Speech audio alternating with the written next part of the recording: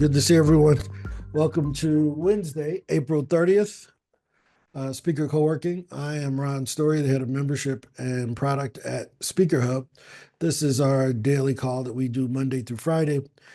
I think this is episode 150 or something like that. We've done this every day since October the 30th of last year. It's a great call. Different speakers from around the world come in and out. You're not required to stay the whole time. People come in and out of the call throughout the day. Usually at 1 p.m. Eastern, we go into overtime, or we answer any other questions you may have that weren't answered during the regular 1 hour call. So this is a cool call. It's fun. It's always good to see new faces. I see we have Andrew and Philippa here for the first time. So we normally start off with newbies introducing themselves. So Philippa or Andrew, if you want to introduce yourself, that would be great.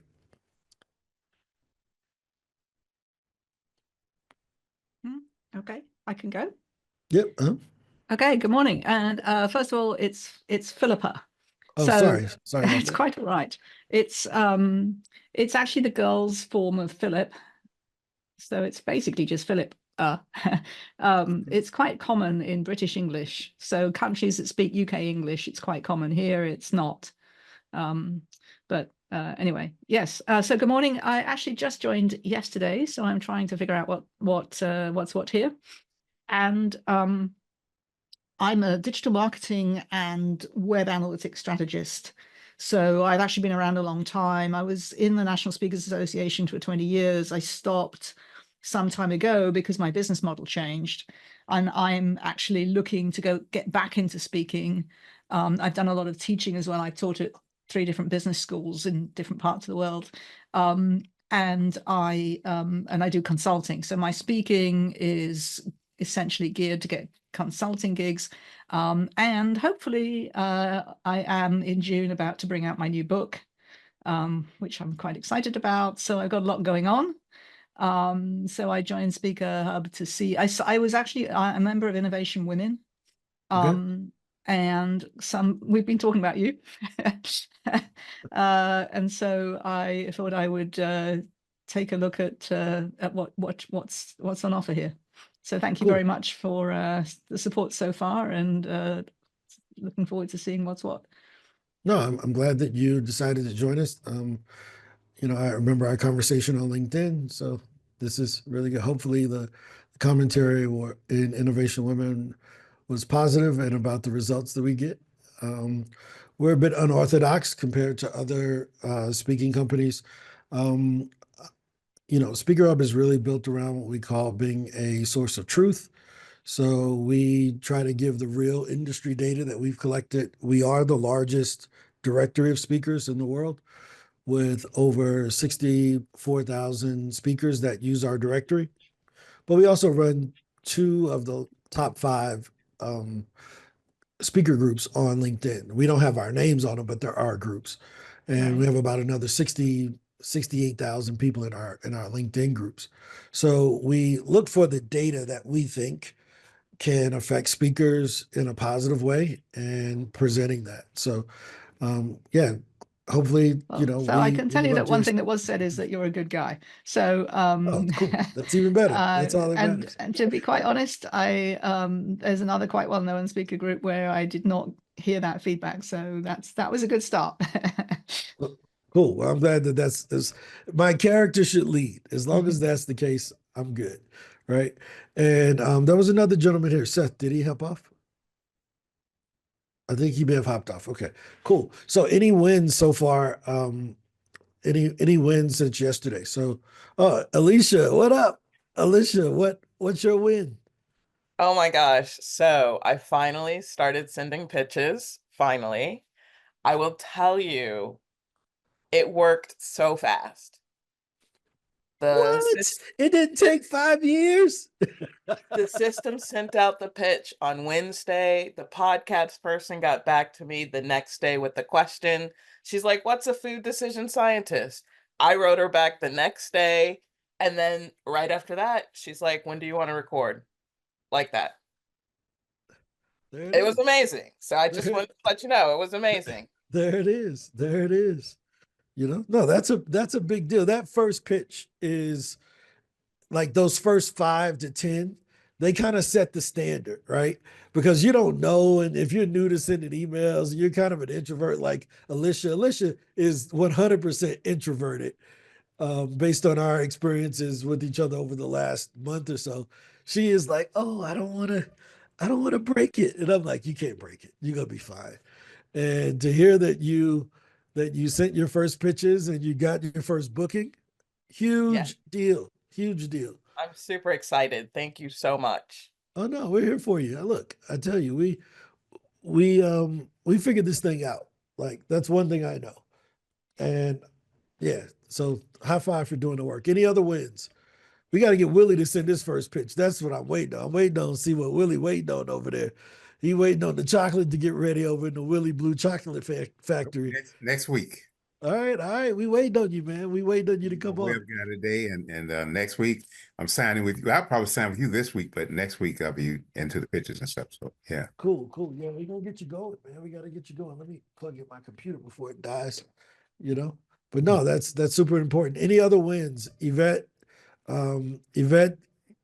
did some surveys for a secret project we're working on. So I know she got one of her first interviews done yesterday, which is a big deal. Like I'm talking about like it's this big. Like usually something is this big. This is this big. It's a big circle. A big win for Yvette.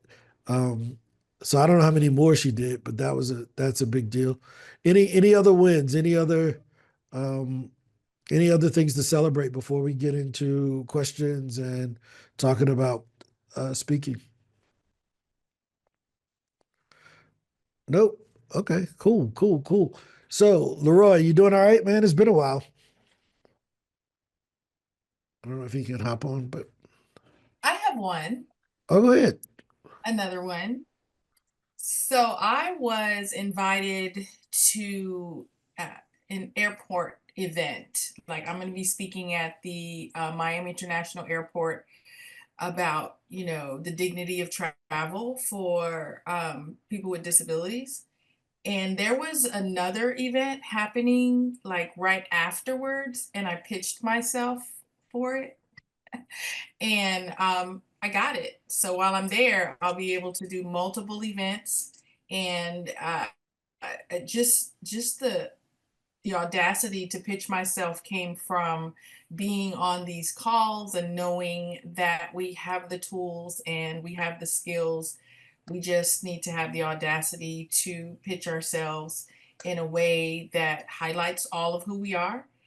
And I hate to say, but I didn't really even try hard. But what I did do is I pitched myself based on the fact that I've already been highlighted for this other event. So that should qualify me to be at your event. And it's only 2 weeks away. So the fact that they showed interest and set up calls and want to extend my stay and participate at their event as well was really enlightening. I don't usually do that. And I think I received kind of the courage and the skills and even the tools to be able to do that on my own. So I think that's a great win, and I really do want to give you and everyone um, on this Zoom my thanks and gratitude for that. No, that's incredible. Dude, lifetime member for less than a month.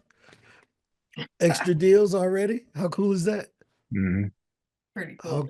How cool is that? You know what? I want to take Yvette, if you got 5 minutes, you want to tell them about the project that we're working on? Because I think it's going to be super impactful, and we may as well start talking about it now, practicing, getting it out to people and talking about the impact that this is going to have.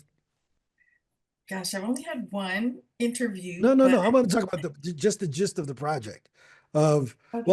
I'll tee it up, right? You So, start, I'll jump in. as most people know, or you may not know, but Yvette was injured on accident, and she is in a wheelchair. And we were having a conversation about some of the struggles that people in wheelchairs have, or just the disabled community overall. And excuse my words if I'm not all the way compliant with my words or how to talk about this, but my heart is in the right place. Yes. they have issues sometimes with work and a limited number of hours and finding, jobs and things of that sort. And Yvette and I were talking about a project that Angela and I started maybe 4 years ago. And it's where Angela used to run a booking agency. And we were like, you know what? Like, this isn't a get rich quick type of business, but it's a good business for the person who only wants to kind of do it part time. They don't have a lot of time to be working 20 hours a day on this thing, but it can get them some basic income and or extra income on the side and some business experience.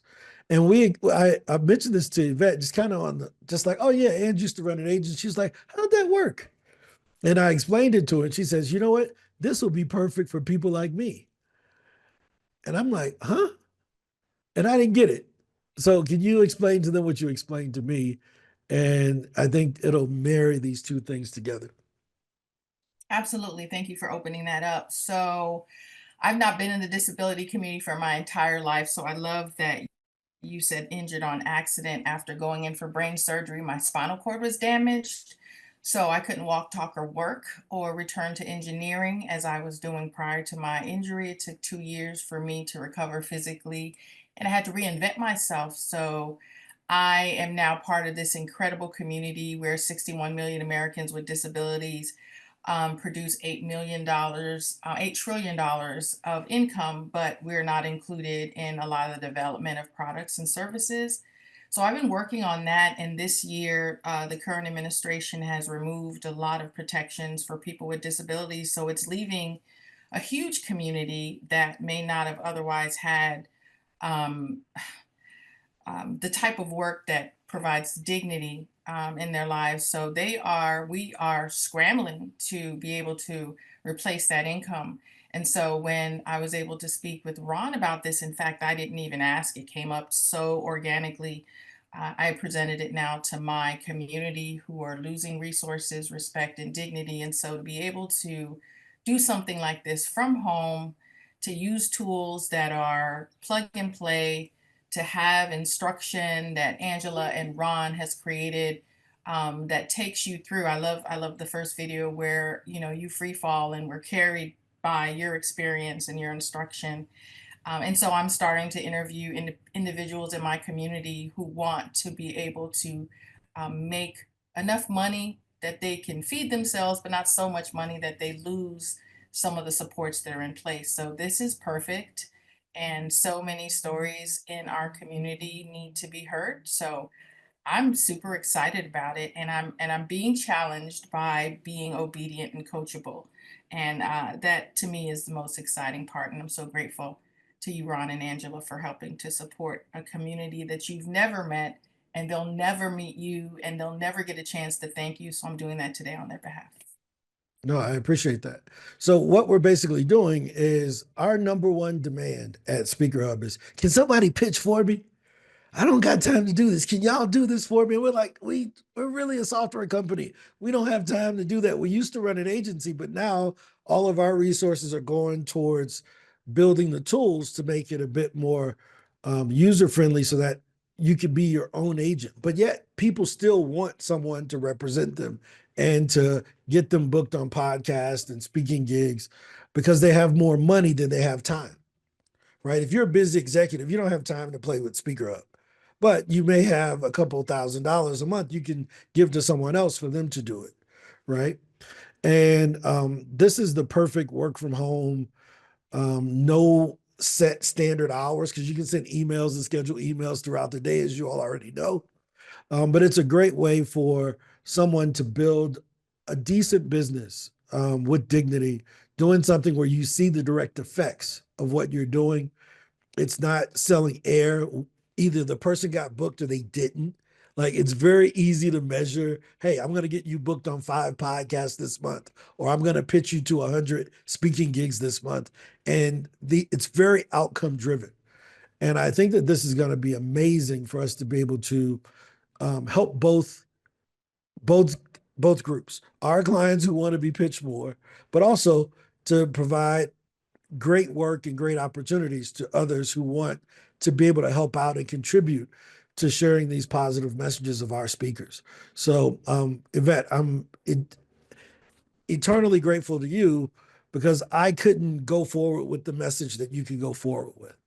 Right. So thanks again. I didn't mean to take up the entire morning talking about this, but it's something that I want you all to know. Number one, we have Speaker Scholarship, which allows anyone under 22 to get access to all of our tools for free until they turn 23. Right. So we're trying to raise new speakers, but we're also trying to contribute to any community that we believe that we can help, that, it's just a decision by us, right?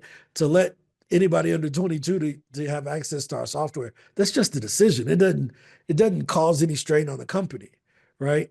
And to take trainings that we've already made that we just kind of had hidden and to give it to another community and say, hey, y'all want to do this? High five. We got all the customers. We'll even send you the customers, right? But here's the one part that I thought was cool. They're not dependent upon us. So Yvette is following through the course and doing her own marketing based on what we show in the course that requires them to not spend any money, and she's getting customers from it.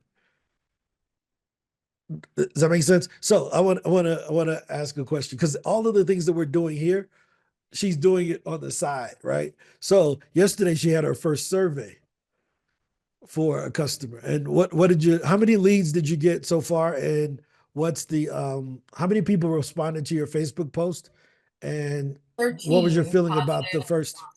Yep, Go 13 ahead. positive responses. I have just as many interviews. This is legacy building. And for those who see it, they are running in this direction. No, it's incredible. How did you feel about your first interview yesterday? I wish I recorded it. It was so smooth, and he was okay with me recording it. Of course, we have notes, but I think with the permission of some of the folks that are okay and open to it, I may just record it, because the responses were just like, I was amazed at how easy it was to go through and how hard it was for me not to try to fill in blanks and remain quiet, so that there was space and room for the response to come in so organically. And at the end of the meeting, he felt really encouraged and empowered because I was asking questions of him that had not been asked. He felt respected and he felt seen because I was asking him to dig deep and answer questions that would promote his work. So it went beautifully. No, that's super duper duper important. Now, I want to bring people up to speed of what we do and how we do it. And this is one of our new frameworks, but it's still probably one of the most important frameworks that we have. And it's our new speaker megaphone. And the megaphone is all about, if I can find it, I think it's, what the heck? I can't find it. Maria, this is why I got Maria on here. Maria is the head of design. I need some help. I don't know what the new updated stuff is. I know you created a whole page. Can you share with me that link? But we've designed all of these frameworks, and guess what? Maria made them public. So y'all used to see me clicking around trying to find all the frameworks. Now in the chat, you have access to every framework that we've ever created so that you can use them yourselves, right? So you have a point of reference. You ain't got to show them to you. You got all the frameworks here that we use inside of SpeakerHub. You remember, you used to have to, Ron, can you share that with me? Now they're all here, right? My next task is to do a video for each one that explains them all, right? But this is the one I want to talk about, the megaphone, right? Because speaking and thought leadership starts with one-to-one conversations. It doesn't start on the stage. We get the impression that it starts on the stage because that's where people see the photos, right? So you see the end result before you see how it was made. People see Steph Curry making the three-point shot from half court, but they don't see him dribbling tennis balls with blindfolded, right? And doing things like that to be able to get open to make that shot, right? So thought leadership at SpeakerHub doesn't start at a conference or on the stage. It starts in those one-to-one conversations like Yvette was having. It starts with those one-to-one surveys that we do. I think we've surveyed almost 3,000 people since December to get the data that we use. But it starts with those one-to-one surveys so that you could literally have an authoritative perspective. We don't want our speakers going on stage and being a parrot. You shouldn't have to go on stage and quote somebody else's stuff. It's okay, but it ain't it. You want to get on stage and have your data, your information, your research, your findings. And that comes in those one-to-one conversations, because if you have enough of them, you're confident when you go on stage. You're confident when you're on that podcast. So it starts with one-to-one meetings, and then it goes to podcast, which is one-to-one, but distributed to many. So the meeting that Yvette had, those surveys, they never make it out in the public. Nobody will ever hear that call that she was on. But when she goes on a podcast and people ask her about what she's working on and about her thought leadership, that's a one-to-one conversation, but it's distributed to many on YouTube and other podcasting platforms, right? So then those questions from those podcasts, they galvanize you and give you different perspectives so that you can go to small groups and have a conversation and see if groups are resonating with your message, Willie.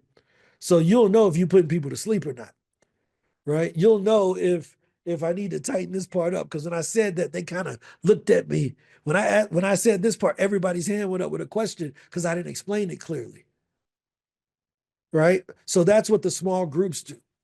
But here's what I know. Once you've established yourself and you're comfortable with your topic, it's a lot easier to get the media credentials.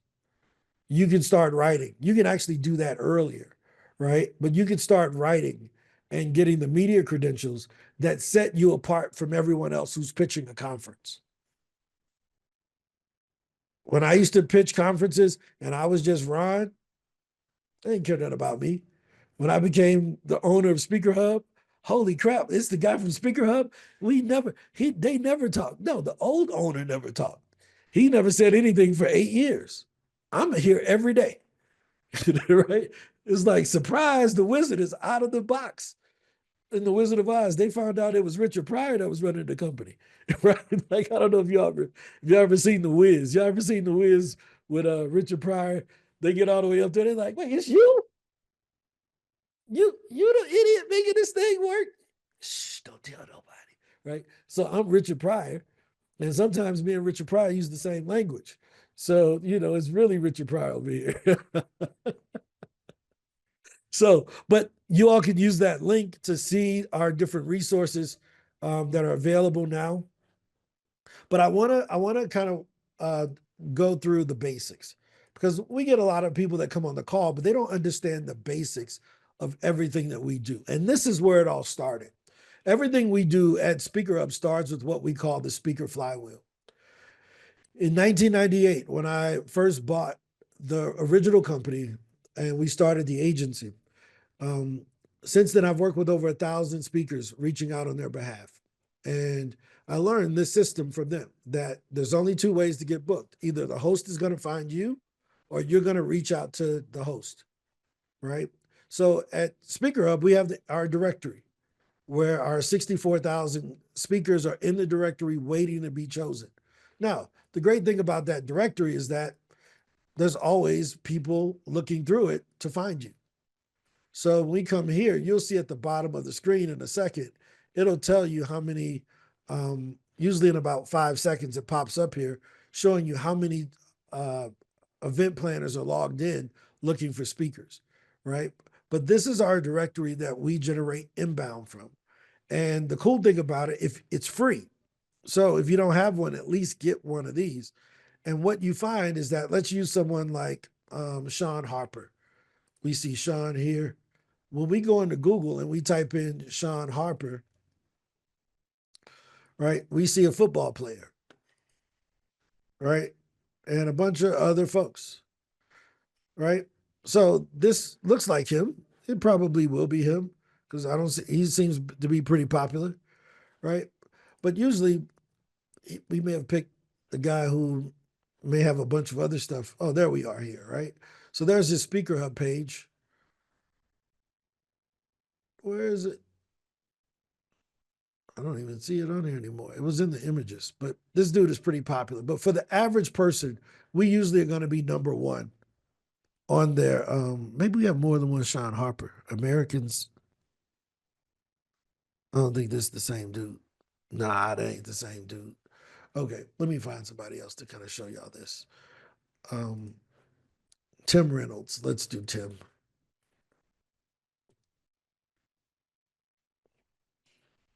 All right. Okay, this is perfect.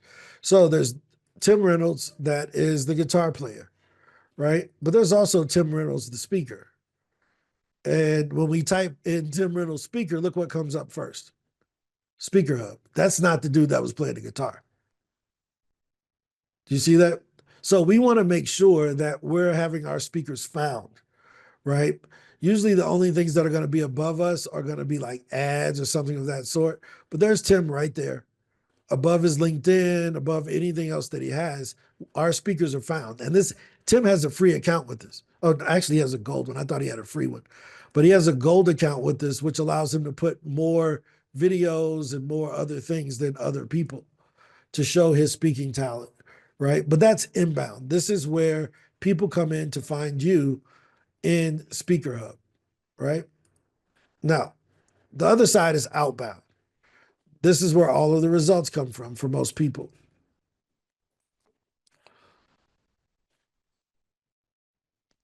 Outbound is where you create your branding kit here in SpeakerHub Pro. As you can see, it has my information in, and I put in what I do, my website, it goes out, it scrapes that information, generates the bio for me, and then automatically starts matching me with podcasts that I should start going on, right? So let me just see if I can do this and make sure it's saying, yep, I help people to get speaking gigs. That is exactly what I do. Let's do public speaking, personal brand. I put a period in there by mistake, right? So now when I click on podcast, I'm getting the podcast that I should go on based on what I talk about. So if you can see here, this is Claire Bond. I've reached out to her before. There's the email that was generated by SpeakerHub for us to be able to reach out to this person. If I wanted to go on Speaking Your Brand with Carol Cox, I can literally click on here, listen to the episodes, add it to a list, and click pitch. And in 5 seconds, it's going to look at what I do, look at what Carol talks about on her podcast, and Philippa is going to go ahead and write the email for me, right? So this is all done in 15 seconds using SpeakerHub Pro. You can track everything that we do here in conversation. We even give you suggested topics to talk about in the meeting so that you can land those meetings a lot more securely. Because you're already prepared based on the information that we have about the events and what we have about you. So you can see here, it's now giving me different talks that I can give at this Empowering Women's Industry Conference, right? If I'm a part of Innovation Women with Bobby Carlton, I know they have a speaker leads program where you can buy weekly leads from them. You can take those leads and directly upload them here and use those leads. These are not leads that came from SpeakerHub. These are leads that I just uploaded on my own, right? Or I don't even have the description of the lead, right? But I can go ahead, add it to a list, and send a pitch to the PCNP's conference. I don't know what it is, but AI does. So the AI is going to go find out about this conference for me. And there it is. The Pennsylvania Coalition of Nurse Practitioners. You notice it does not say that in here. Do you see that? That we went and enriched the data on this conference. That was not there. All we had were the letters and the name, and the AI went out, found the conference, and wrote the pitch. This is cheating. I'm telling you, this is cheating. Right? If we look here at this first one that says Netflix, I don't say anything about Netflix. Netflix helps people to waste time and not be bored. That's what I put in there. Now watch, when I go to pitch Netflix, watch what it's going to do. The AI is going to go out, learn about Netflix, and write the pitch.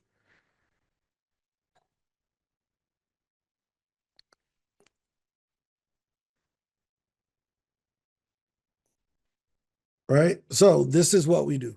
Make sense? So the cool thing is you can follow up. We give you your speaker QR. So if you need a QR code for your event, to capture leads, we love Talkadot. Talkadot Arel is a great client of mine. We've been friends for years. Theirs is about getting you grades on your speech. Ours is about getting you leads. Right? Our business is around how do you drive more customers. We're a speak to sell company more than a get paid to speak company. I think there's enough folks servicing that get paid to speak model. We speak to get paid. That's what I've done. I've made more money than every speaker I've worked with speaking to get paid. So that's what we teach before, during, and after. You better get paid in 2 of these 3. If all you're getting paid is here before they pay you to show up like you Beyonce, cool. But you're going to lose to my folks that's going to make double the money on the backside. When you get that client in how to stop eating so much sugar, Alicia, they're going to pay you way more than what they would have paid you to come give the talk, right? So that's the gist of what we do. We teach BDA, get paid before, during, and after the event, right? So any questions about these frameworks? I wanted to walk through these today because not only was I doing you all a disservice by keeping them hidden, they spend a lot of time and energy on categorizing these things and making them, but we're going to grow these. I think we have 70 in the works altogether. I think this is only about 25 of them that have been totally fleshed out. This is our 2 weeks, 2 months, 2 quarters, right? If you're looking to get booked in the next 2 months, you're probably better off pitching a podcast or a media outlet. If you're trying to get booked in the next 2 to 5 months, associations. And if you're trying to do conferences, it's going to be at least 2 quarters out. Are these helpful, guys? I want your feedback. What's missing? What do we leave off? Which one of these you got a question about that maybe I never explained very much?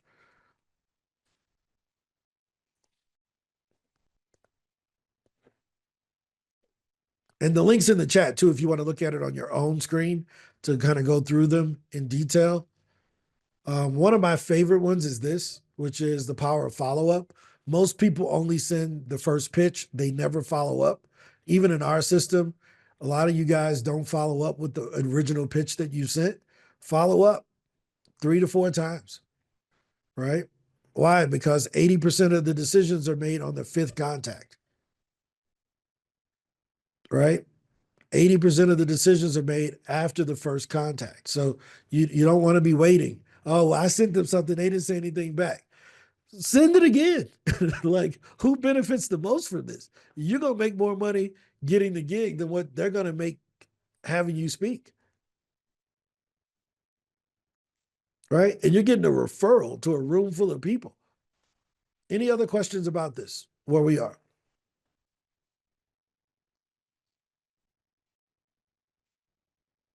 No? Okay, cool. All right. So let's get into the top. Go ahead. Who's going to say something? Cardis? Yeah, I just got a question. I know you had like the megaphone and then you had the other graphic that you were going to use or whatever.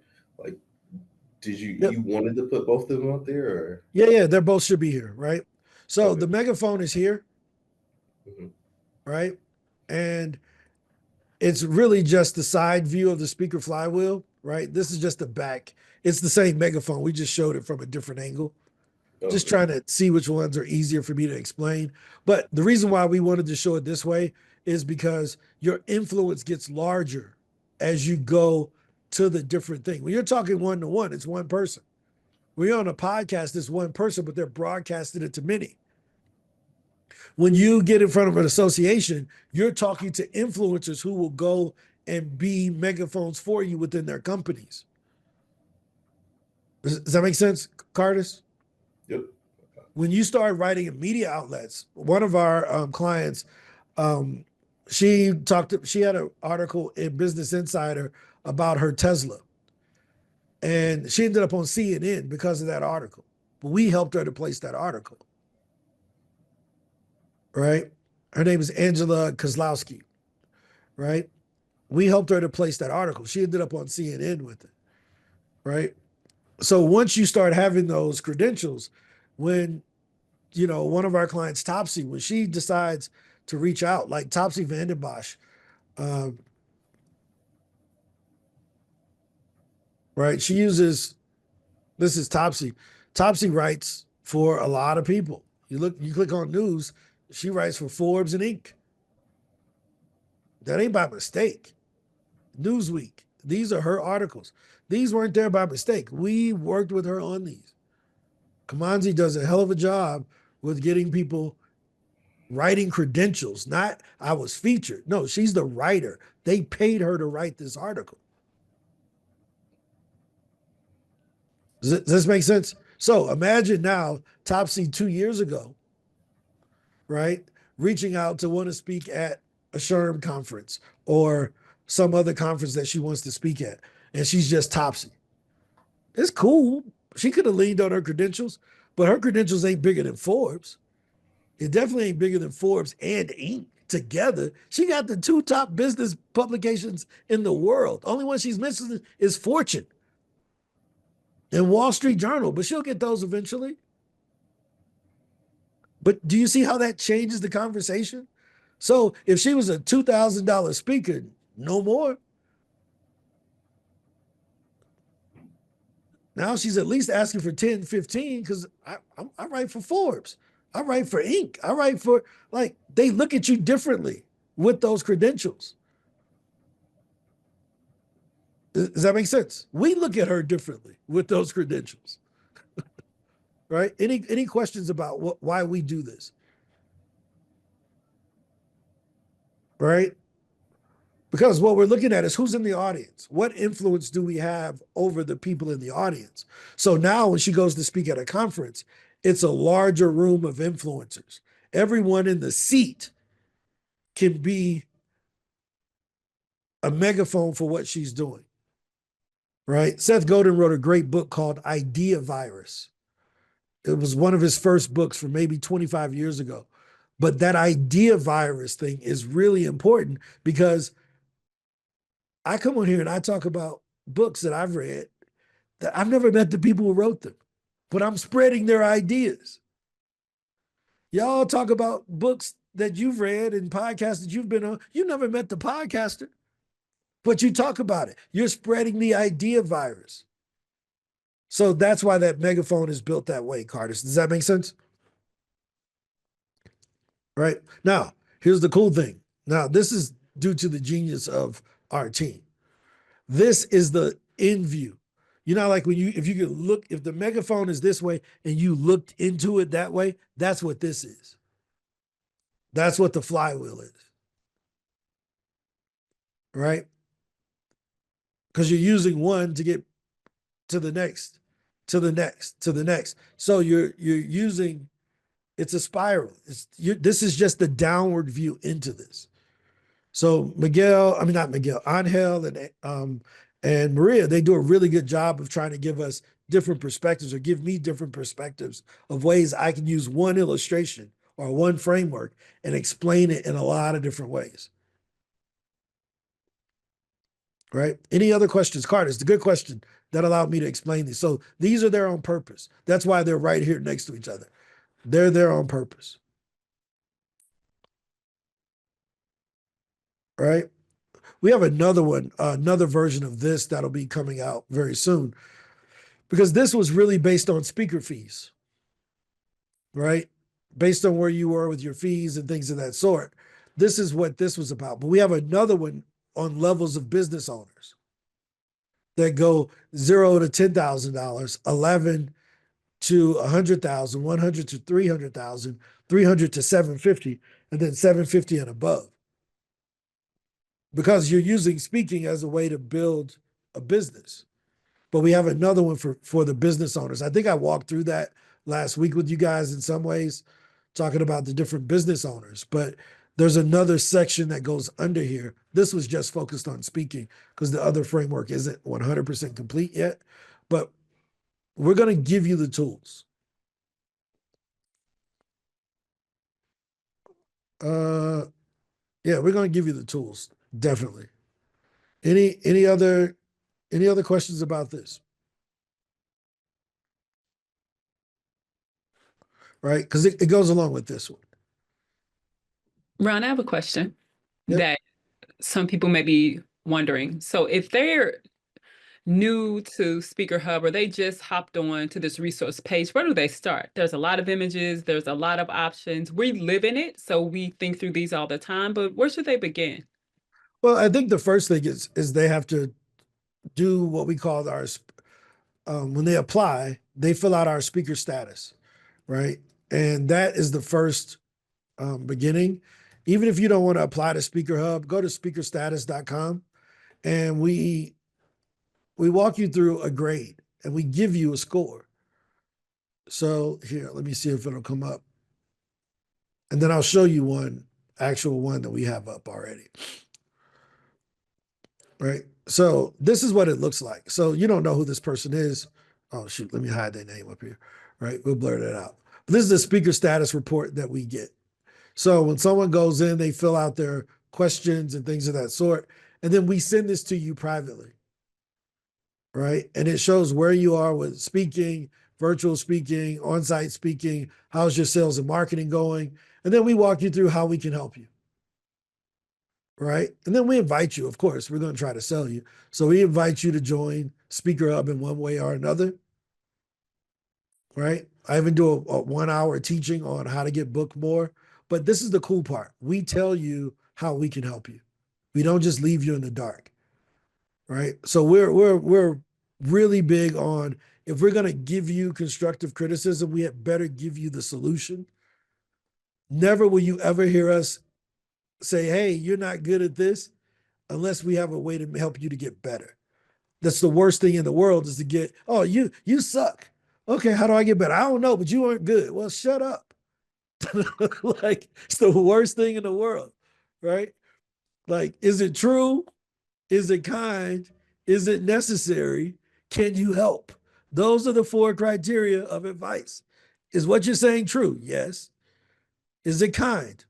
Can you say it in a kind way? Yes. Is it necessary right now? If it ain't necessary, don't bring it up. And can you provide help? If you don't meet all 4 of them, shut up. Right? Because a lot of times we tell people stuff in a nice, kind way. They need to hear it, but we can't help them. So now we just put another wound on them.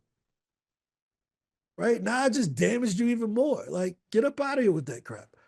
But okay, let me stop, because I be getting upset with these coaches that be out here doing this goofy stuff. So not only do we show you where you are, we encourage you to keep going. We give you the system on how to get better. And then, of course, we're going to show you how our tools can help you with that. Does that make sense? So this was done by Juliana on our team. Juliana is amazing. She's worked with speakers directly for the last 4 years as their marketing directors for a speaker agency, where all she did was work on their websites and their marketing plans and helping to grow their visibility. We stole her and 3 other people from that company. And one of the best decisions I've made in the last 6 months. But she put together this 12-month action plan. What should you be doing? Now, do you have to use SpeakerHub to do this? No, you can do it on your own. But we definitely want to make it easier. Did that answer your question, Ange? Right? So the first place to start is with speaker status. Yeah, I don't know why this isn't working, so we need to get Carlos on this. Maria, can you make sure Carlos figures out why speakerstatus.com isn't working anymore? But yeah, that page is down. So if we can get that back up, that would be great. But yeah, so this is what we do, guys. Any other questions? Is this interesting? Are There's a you all glad question. that you don't have to beg me for these photos anymore? Can you send me that one diagram? They're all on the page. they're all there, right? We have a question from Yvette. She asked, is there a BDA tool or training? Yes, there is a BDA training that's inside a speaker launch. We're waiting on Gustavo to finish up this last little thing, and I will be uploading the speaker launch course that's free. We don't charge for it. You'll get there's a whole training on before, during, and after inside of speaker launch in the course. All of these frameworks are taught in the actual speaker launch course. So they're not just wild hair ideas that I get. They actually have significance in where we're trying to go as a company, right? Right. Willie, Yeah. How long is the speaker's course? right? So speaker launch it's always in beta, as I like to say. So it'll be a living course. So it'll have the 7 modules that I have now. But as I learn new things and as I get better, we get new research, we will add modules to it. So that's going to be our core curriculum at SpeakerHub. Does that make sense? So it'll never be finished. We'll always learn from you guys and add more stuff to it. Right? So I'll tell you the funny thing is the advanced version of the course was written back in November. My goofy butt made a course without talking to the people and realized, oh yeah, this ain't what they need. They need this. And I made all this crap. Right? So I had to go back and redo that part. So we have the middle part was done first. The beginning part is complete now, and then there's another section for the business side of it. Does that make sense? So there's the intro to speaking, the mid-level speaking, and then there's the how do I use speaking as a business. So there's 3 parts to speaker launch, but it'll be part of a living curriculum that we're building. Make sense, Willie? Ron, that speaker status page is not working. It is or it's not? Yeah, it is score.speakerhub.com. Yeah, but that's not, we need the domain pointed there though. Like the domain wasn't pointing there. Got it. Okay, we'll work on it. I know that the page is up, but the domain, you see when someone types in speaker status, that's what we put out. We don't put up the score.speakerhub.com. Okay. Right? Just letting you all know that that's the issue. I'm sure that there's up there someplace. I don't know how to find it, but I trust you guys. This is why I have my genius team behind me. For those who are watching, I got the best team in the world. The reason why I say that is not because they're on the call, it's because they are literally the best people that I can find to do what we do. And it's built on a couple of things. Accountability, like do what you say you're going to do, make it work, cool, be coached hard, right? We treat it like a sports team. Everybody plays their role. Ain't nobody going to do your work for you, right? Right.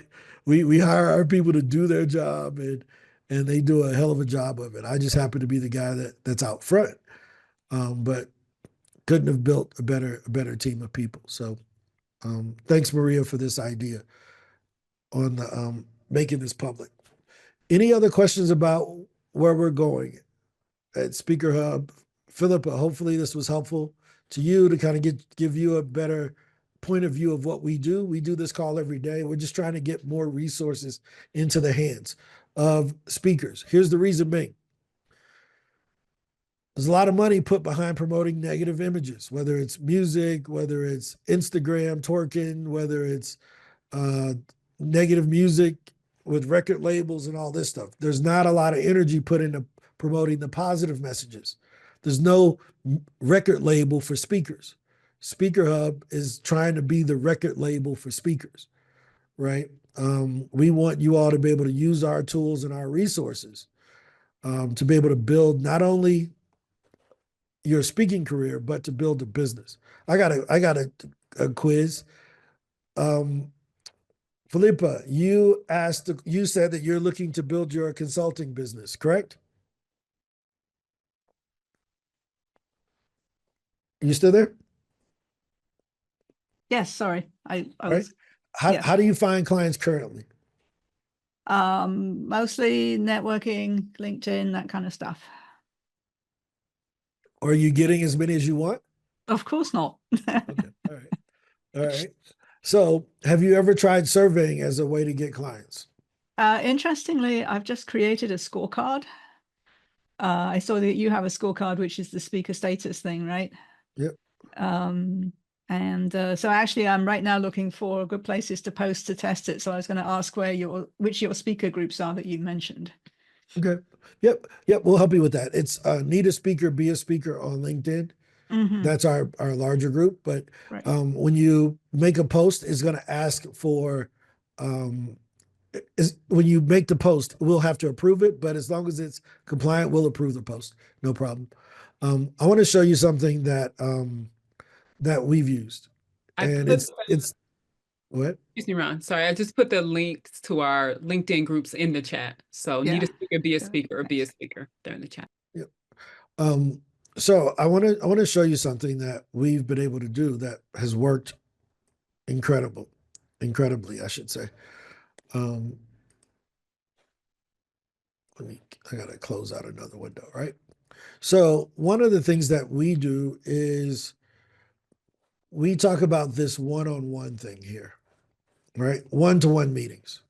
And the one-to-one meetings are where you really become the thought leader, right? So I want to wait. Let me kind of set it up a little bit. How many people have done surveys so far? Right? Some of you. Okay, Bonnie, what product were you selling in your survey? Human resource workplace wellness. Okay. Did you make a product offer in Not the yet. survey? Not yet. Okay. Right. Did you get referrals? Yes. Okay. How many referrals did you get? 9. Okay. Did you hear that, Philippa? 9 referrals, no product offer. Most And people can I say you could go ahead. Can I say something about thought Go ahead. leadership? Yeah. When I asked the question, what did you think about this survey at the end? I really got to feel that people were looking at me as the thought leader. Like, I didn't think about all of these things, and thank you for helping me reflect on some of these things that I want to take back to my so-and-so. And so, yeah, it was that feel of, yeah, this is what I do and I know what it's about. And I want to hear from you, company, what you people need. That was also a big thing, that people sound like they're used to being sold something that's already packaged instead of explored and found out what they need and then created for them. So those are 2 really big takeaways for my surveys. No, that's a big deal. That's a huge deal. So we teach surveying. Anybody else want to talk about their survey experience? Cardis, I know you've done a bunch. AJ, Kevin. I'm trying to see who else in here has done surveys so far. I think I shared a lot of my experience so far, but I think I've been blown away by the amount of referrals that I've received, and then understanding which clients I didn't want to work with. That's probably the biggest part for me. I read a quote that said I think Ron, you sent me that it's just harder to find better people, and doing the surveys is helping me find the better people because I'm listening to the answers of the people I don't want to work with.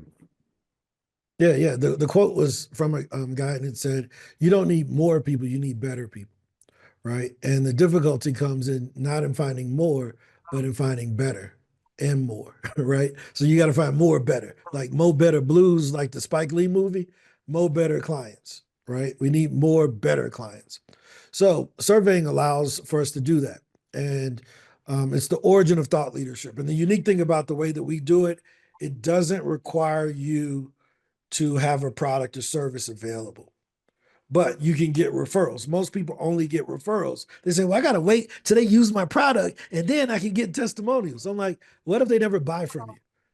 So now you're waiting 9 months to get testimonials, right? I believe that I should get a testimonial the moment I provide value. Yeah. Right? Whether you paid me for the value or not, I want to know if I provide value to you. So we ask a very similar question. I'll show you in a second. The question number 13 is, or it's either 13 or 14, how did you feel about this survey? That's my value meter question. I'm trying to see, man, this was good. That made me think. You really got me in the right perspective. I never thought about these things. That's value added right off the bat. Yes, it is. Right? And then you ask for the referral. Why? Because you provided them with value. Now, here's the cool thing about thought leadership. The thought part doesn't just happen in the mind of the person up talking. It's, can you make me think? Right. 7 Habits made me rethink how I went about doing things. Start with Why made me rethink how I went about doing things. Right now, we're doing Gino Wickman. We're going to be implementing EOS at SpeakerHub. It's making me rethink how I run this company. So the thought leadership isn't, the thought part isn't just about you thinking and being the smartest dude in the room. It's, can you make them think? Because don't nobody just want to hear the nerd. It's, can I make you think? Right? And just writing a cool kids book, right? And she walked me through it yesterday. But she added questions at the end that gets the kid involved. It's, can you make the kids think? Not just tell them the story. They get that from YouTube. But can you get them to say, man, I want to go to this country too? It was genius. Like, this book is amazing that she's built. Does that make sense? So I want to share this with you as we go into overtime. And we cover surveys all the time.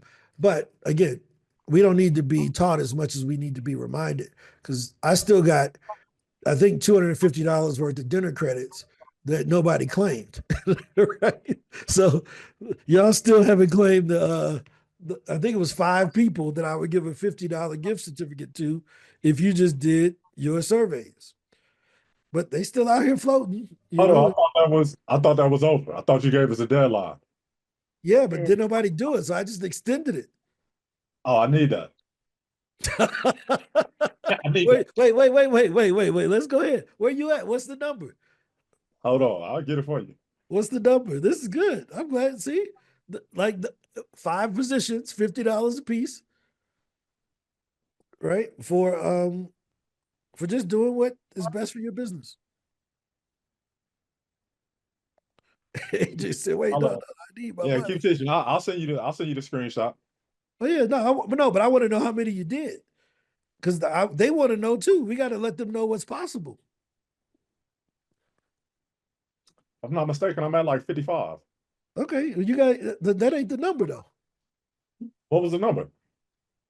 The number was 100, I think. Was it 100 or 200? Which one? The number was 50. Y'all see how Ron do me? This how Ron does me all the time. And as soon as I get to 100, he gonna be like, "No, it was 300." And I'll be like, "I'm at 300." He'll be like, "It was 350." This is me and Ron's relationship. It's in his best interest. It's in his best interest, okay? It was 50. That was it. 50. It was 50. Oh, well then y'all slacking. Only one person did 50. It's been 3 weeks. What the heck? Oh yeah, AJ, I got you, man. Y'all was slacking. No, I'm just kidding. We move at our own pace, you know. But here, let me show the survey. So here's the basic market survey, right? So Philippa, would you like to role play this with me? Okay, sure. Okay, perfect. So this is what, I'll send you the link for those who want to copy it, but this is what it looks like. You don't show this to your customer. You keep this. This is different from the Score app, right? But you keep this private and you just read the questions. Why? Because as a consultant, you don't want to show them the script you're using. You want to position yourself as the thought leader and the consultant with authoritative positioning. So you don't say, well, here's the thing, fill it out and send it back to me. That's what we do at a software company. But in consulting, when you're going to be selling your thought leadership, you want to maintain this frame of the thought leader. Got it? So I'm going to hide the screen so that Philippa doesn't hear my see my questions. Actually, I'll walk it through because some people have never seen it. So I'll teach here. But in reality, you wouldn't share this with the person, Philippa, okay? So the basis of this is the first part, which is you have to get what you do down to one sentence.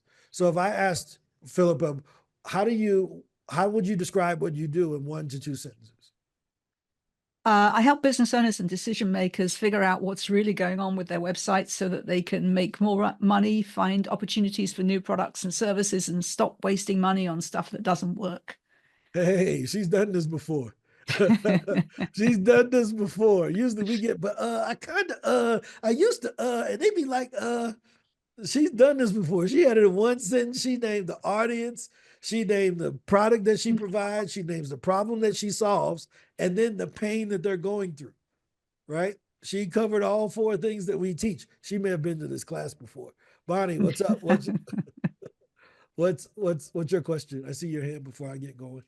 Oh, no, go afterwards, go. Okay, perfect, right? So here's how it starts off, Philippa.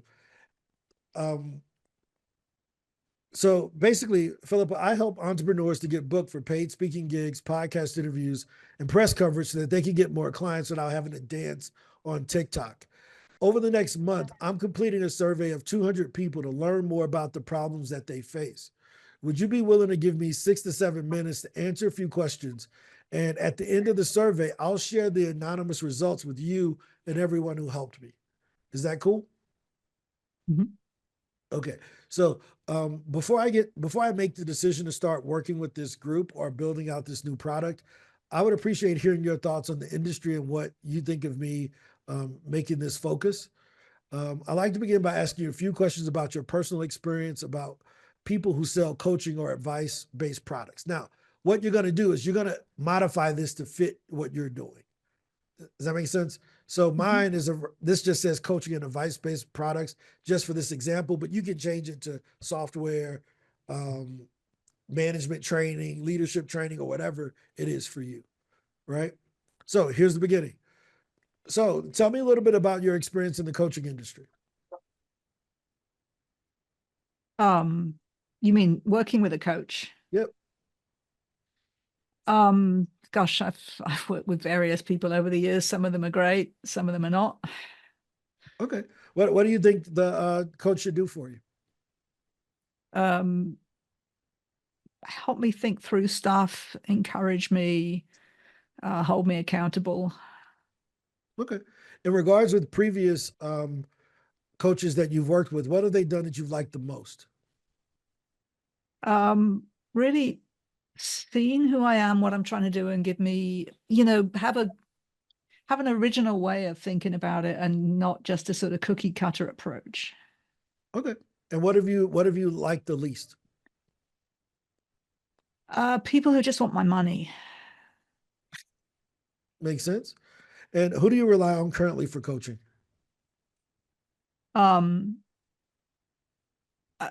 Well, for example, at the moment, I'm, as I said, bringing out a book. The guy who's editing the book, who's actually in Australia, is a pretty good marketing person. And in fact, was the inspiration. He said, you should write a book about what we're talking about.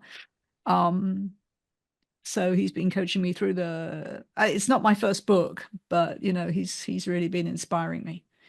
Cool. How did you choose him? Because I was on a pre-podcast call. He has a quite well-known podcast, and I had applied to be on it, and he did one of those, okay, let's find out who you are calls. Like, are you good for this podcast? And in the course of our chatting, we got on really, really well. And he started saying, you should be writing a book. Okay. All right. And what other areas do you wish you had coaching for?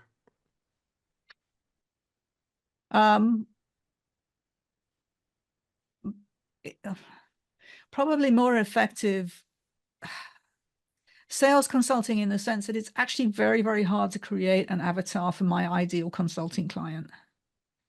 Essentially because people don't necessarily know they've got the problem until I get there and tell them they've got a problem or that they've got a different opportunity.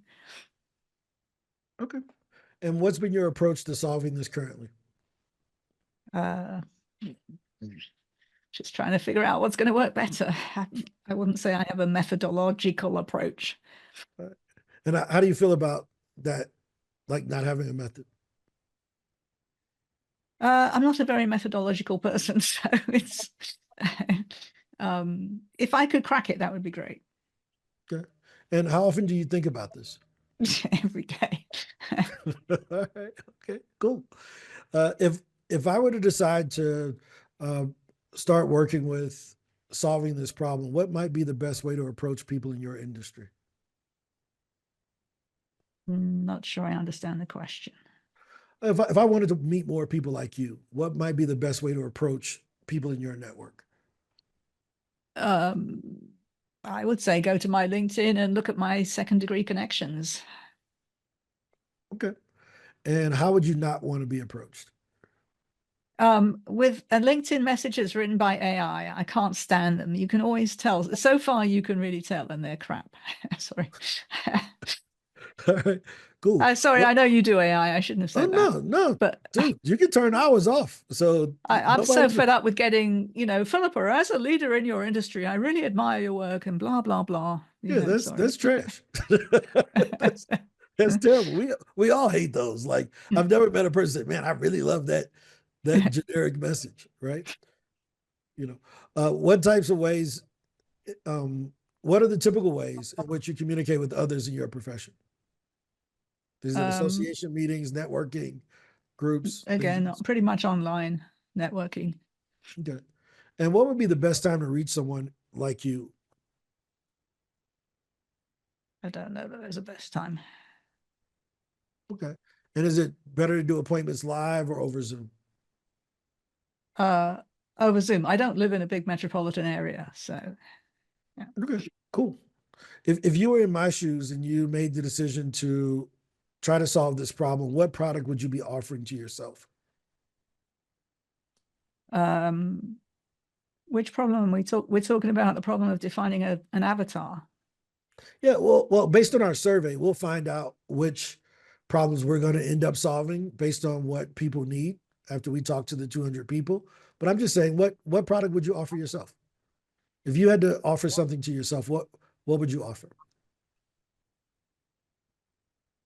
I don't know that there is a product. I don't know. Okay. All right. And how would you go about marketing to people like you? Asking for a conversation, but making it intelligent and making it actually an individual conversation and not a generic run through. Okay. And earlier you mentioned that you were looking for someone that could help you on the sales side. If someone could get you that type of outcome, what would you be willing to pay? It depends. I mean, look, I've in the past, like I said, I was in NSA for a while. I've worked with speakers bureaus, they take 25, 30, sometimes more %, right? But sometimes you get a good gig. Okay, fine. But it's got to be somebody who knows what they're doing, because what you don't want to do is to be represented by somebody who is telling people you do, or promising things that you can't deliver and stuff like that. Gotcha. So what would be the outcome that you would be looking for from that sales coach or whatever that you were asking about earlier? More qualified conversations, I guess. Okay. And how soon would you want those to start coming in? Now. Perfect. Cool. That's our survey. What did you think about it? I think it's good that we were talking, because I didn't understand some of the questions, because it was difficult to apply them to my specific situation, because I don't think I'm looking for a product out of a box. Yep. So if I decided to start working on this problem, would you have any objections to me coming back and discussing your situation in detail in the future? Sure. Okay, cool. One final question. Would you be willing to help me to complete the survey? As I mentioned, I have 200 other people I'm trying to do this with. Could you suggest a few other folks that I could ask the same questions? Sure. There it is. That's the survey. Right? 9 minutes. Right? I don't offer a product, so you can't say he tried to sell you something. I got a sales meeting down the road if I want it, because if I decide not to solve your problem, I don't have to do the sales meeting with you. But if I decide to solve that problem, you agreed, I can call you back to discuss your situation a bit more in detail. Everyone, you won't be able to solve their problem, right? So you don't have to, you just give them the survey data. You don't have to meet with them again. But for those out of the 200 that you would end up talking with, that you think you could help, maybe you can help 50 of them. Those are 50 qualified sales calls, right? And you're solving the clearly defined problem that they said they wanted to solve. And you know how soon they want to take action on it, what they have budgeted for it, how important it is, how often they think about it. Why is it still driving them crazy? Why haven't they done anything with it up to this point? And you still don't even know what I do. That's the beauty of it. And we got referrals at the end. Thoughts? Have you all seen this before? I know a lot of you all have seen and been through this process before. Willie, this may be your first time seeing us go through this. What I'm curious to get you and Philippa's feedback on this process. One question I have is, when you say that you don't have a product to offer, I mean, obviously my scorecard right now ends up in an offer to do a discovery call, because I do want, you know, it is looking for leads, and it's really about how are you doing with your web analytics. So, but from a business perspective, not from a, you know, which reports, you know, so does that break your rule of not offering a product? Well, because I mean, you've got to have a call there's- to action in my mind. Yep, I think that there's two different markets. So we talk about people that are problem unaware and solution unaware. So what we do allows our clients to deal with people that are problem unaware and solution unaware. Or they may be problem aware. They know that they need help, but they don't know that there's a solution just yet. When someone comes to SpeakerHub or they come to your scorecard, they're already problem aware and they think that you may be the solution. They just haven't selected you yet. So when someone comes to SpeakerHub like you did, you already knew you wanted to get more speaking gigs. I didn't have to tell you that, right? And then you were kind of solution aware because whoever posted us in Innovation Women mentioned that SpeakerHub may be the answer. So do you see how it depends on what part of the funnel they're in? We're earlier, more top of the funnel. Does that make sense? Which means you can go talk to a broad spectrum of folks who are, they got the problem. They just never had anyone to talk to about it. Right? And I'll ask you a question. Here's the question that proves it.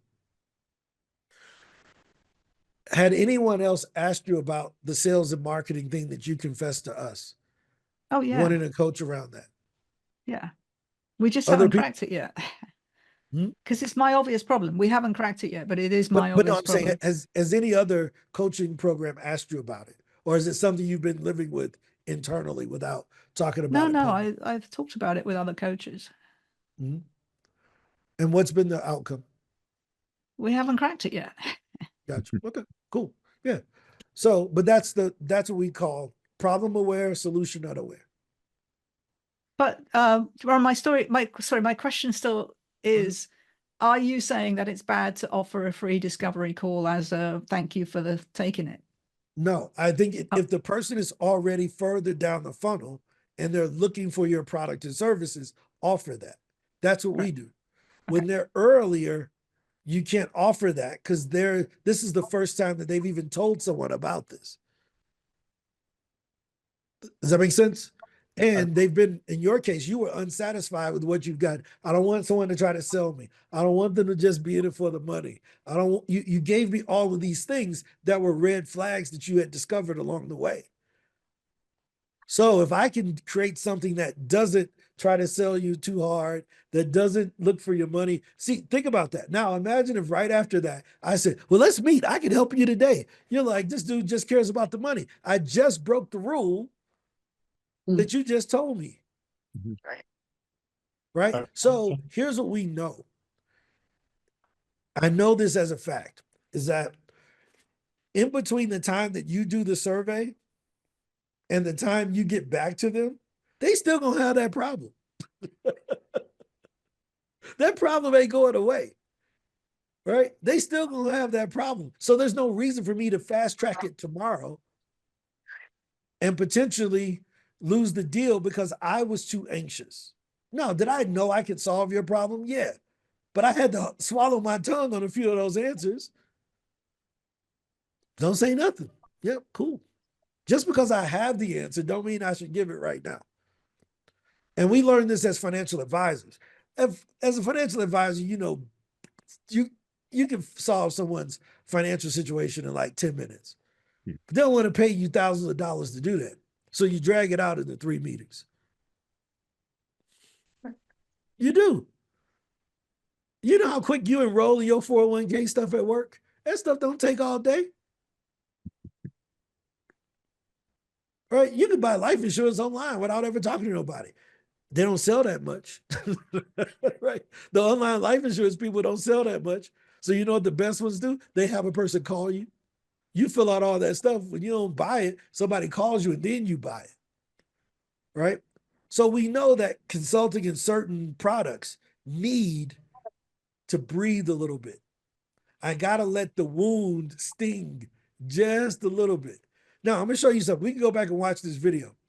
Watch her body language change when I start asking about what problem and how long she's been dealing with it. I mean, she adjusted in her chair. She turned this way and she was totally different. She went from relaxed to, yeah, I think about it every day. And she had to even laugh about it.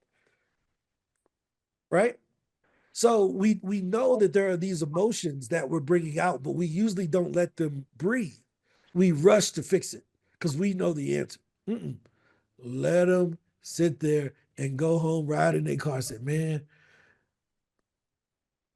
Philippa really made me think about this today. I never thought about that before. She's really good. Mm-hmm. And then when I come back and I actually got some stuff for her, she's like, oh, this is incredible. I love this place. That's the difference. We've all been through a great sales process before, but we've all been through someone trying to close the deal too soon before also. Does that make sense? So, yeah, I mean, this is how we generate referrals and sales meetings without even having a product. It's how I've built every company I own. If I didn't buy it, I built it doing this. All right. And I can give you several other companies that are still running today that use this process. Northwestern Mutual, $38 billion a year. This is the process that I learned 25 years ago from them. This is how they generate all of their sales. They're proud to say, we're the quiet company. We don't do any advertising. Nope. But they got thousands of people doing surveys. I had to do 200 of them in a weekend in order to get the job. Right? So, but any thoughts on the process, Willie, Philippa? Yeah, I was gonna say it helps in the thought process on both sides because you need to know what their problem is, and they're gonna find out that you can help them in whatever way. Oh yeah, you get to see what, like, man, this really is bothering this person, or man, they don't really care about this, right? Now, what else do we hear? What are you willing to invest? She says, well, I'm willing to give 30 to 40% commissions. That's what's happened in the past, right? But we're a zero commission company. You think it's better for me to know what her expectations are before I offer her a product? She's looking to pay for performance. We're fee-based. We're pay up front. We're not pay for performance. So she would hate it over here if I tried to pitch her today.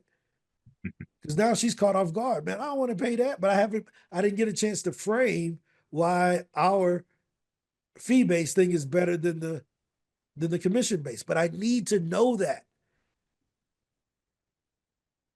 You see how that's a huge thing. We've all tried to sell to people in the wrong way.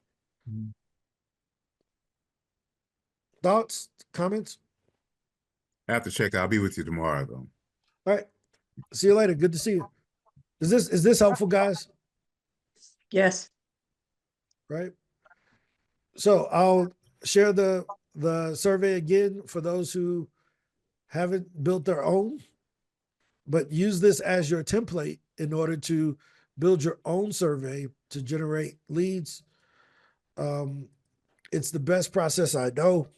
It's what provides you with the thought leadership. If you have a traffic source, Philippa, you mentioned you have the Score app from Daniel Presley, like we're using. Do you have enough traffic to your site in order to get answers? I just started it, and basically no, I don't. But I'm using things like postings in groups. I mean, I've literally just got it the way I want it. So okay, yeah. I'll show you some of the things that we've done, so you can see we run this thing all the time. I mean, we run 3 or 4 different ones. So in the last week, we've done 296 people have seen it. 148 have started, and 105 have completed it. In the last 30 days, I think we've done 700 of these. We turned it off over the weekend because we changed the process. But once you get it dialed in, it kills, right? 54% completion rate. You end up with all of your leads, all of their answers. But here's the part that I think is the coolest. We can provide our customers with clear data. Like, so when someone tells me, man, speakers make this, I'm like, what speakers you talking about? Because this is what speakers make. Well, no, man, my boy, he do this. Cool. He is 1%. But 98% of them, they make it under, 78%, they're making under $25,000 from speaking. Right? So we can show up with real data. Right? Now, we didn't used to post this data on the front of our page. Right? Usually when you come to SpeakerHub, we were just software, buy our cool stuff. And we realized didn't nobody care about software. Not once did she say she wanted speaker booking software. She didn't want none of that. It's a tool along the way, but she wanted a house. She don't want a screwdriver. Nobody who's ever built a house said, man, we need the best drywall ever. No, you just want the daggone house. Leroy just pitched automotive leaders 6 minutes ago, right? We see you working, Leroy, on the call. We see you. But we put this data out publicly. And it increased our daily response rate. More people sign up for SpeakerHub on a daily basis for trials based on us being a source of truth. Showing, Leroy just pitched another one, right? We show that data live so that they don't have to feel like they're going to be another statistic. This is the value of it, guys. Philippa, when you get that data and to be able to show it live to your customers, you become the thought leader. You're like most people never seen this. They didn't know that most speakers aren't speaking very much. The arrogance don't match up with the action. Then they say, well, man, my one person, they going on podcasts all the time. What's their name? I bet I know them. I bet they work over it. Bet they use the SpeakerHub, right? Any other questions? Is this been helpful? Is this what you expected, Philippa? I know this is different than most speaker coaching calls because we don't help people to write speeches. That's something we don't even do. Yeah. And can I just ask, after we finished, I seem to be having a problem logging in. So maybe if I could ask for somebody to help me, that would be great. Yeah, we can do that. We can help you with that. No problem. Yeah. Bonnie, what's your question? Yeah, we'll help you with that right away. Bonnie, what's your question? I know you've been on hold for 10 minutes or so. Oh, good. I have a question, please, on pricing. Can you help me with that? For pricing your stuff? Yeah. Yes, it's personal, me. Yeah, let's go through it. You want to do it publicly? Okay. You want to do it privately? Should we stop the recording? Yeah, you stop the recording, I guess, because then I'll probably get more for now. So this is recording. Any other questions? I just don't want Bonnie exposed, man. Like that's never cool because you just never know when people see stuff. Thanks for feeling protected. Thank you. Oh, of course, man. This is like a big hug, man. That's what we do, right? I'm the only person to get to say bad stuff that ends up on YouTube by mistake. Like, oh, I shouldn't have said that, but let me just lean into it to make sure that they know I meant it. Any other questions, comments, or concerns? Philippa, hopefully this lived up to your expectations today. Everyone else, y'all have been here 1,000 times, so y'all know what's going on. Y'all know what we do. Cardis, with his telescope. Carter's got a spy webcam over there. He playing with it or something. I don't know what it is. How he could zoom all the way out, Hey, Ron. Say, Ron, what's up? Yes, I will just add one thing. I think you mentioned it before, but let me just put the headset about what Bonnie asked about the price and not the money part, but about the framework or the program or the let's say the package that you are selling. If the person who is hosting the platform asks you to send them over your work, I think that's not a good idea, because they can use it themselves, right? Without hiring you to facilitate the program, right? That could happen. We didn't understand the last part you said. Okay, so basically, let's say a platform for leadership women ask you also, what's framework you're using? Do you have a tier 1, tier 2? What is the program? What is the package that you are selling? Can you send it over to look at it? It's not a good idea to send it to them without, like you said, the 1-hour call to see if you are meeting the objective, because sometimes some of those platforms, I'm not saying all of them, they might just take your content and represent it themselves. Yeah, so I'll tell you, one of the cool things that I've learned is if someone is hiring me on a consulting basis, it's better, you never send over your entire deck or all of your information. What you will send over is just a one sheet, like a cover letter, explaining, or LOIs as we call it, right? So whenever I buy a business, we do a lot of research into the financials, into the customers, all of the stuff, right? But I don't send over what I found out and what we're gonna do to the person that's selling it. I send them an LOI. Hey, we plan on buying your business, and here's the price, and here's what you need to know to make that decision, right? But I'm not sending them my game plan and my playbook that I'm going to implement into the company.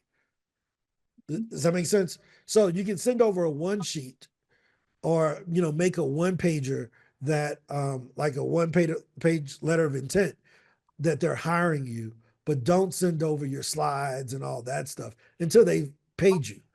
And then when they need program review, does that make sense, Bonnie? When they need to review what you're going to be talking about, then you send all of that stuff. But definitely don't send that over at the beginning. Any other questions? Cool. Well, hey guys, this has been a great call today. Hopefully this was helpful to everyone. This is our daily call. We do this every day at 12 noon Eastern for an hour until I have my next call. But today we're going to get done in 1 hour and 37 minutes. Good to see everyone. For all our newbies, Seth, Philippa, and everyone Ron, else. I would like some help with getting in. So how do we do that? Yep. So yeah, let's do that real quick. Okay, so if everybody else what is it that you would like? Oh yeah, well, let's end the call. You and I can stay. So I'll let everyone else see you all later. Go ahead and end the recording. Ange, see everyone else. Philippa, just stay on the call. We'll Thanks. Yeah.